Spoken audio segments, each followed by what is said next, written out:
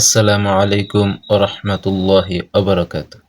আলহামদুলিল্লাহি রাব্বিল আলামিন ওয়াসসালাতু ওয়াসসালামু আলা রাসূলিল কারীম।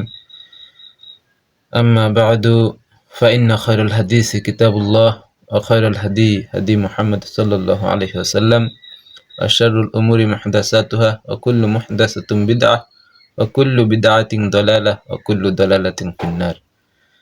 প্রিয় মুসলিম দিনী ভাই ও বোন,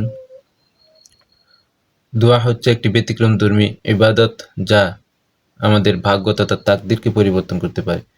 রাসূল সাল্লাল্লাহু আলাইহি ওয়াসাল্লামের শিখানো অজস্র দোয়া থেকে একটি দোয়া আমি আপনাদের মাঝে শেয়ার করতে চাই, যে দোয়াতে আমরা 4টি জিনিস মহান রব্বুল আলামিনের কাছ থেকে লাভ করতে পারবো। 1. হিদায়াত, 2. চারিত্রিক পবিত্রতা, 3. ধন সম্পদ বা সচ্ছলতা, 4. তাকওয়া।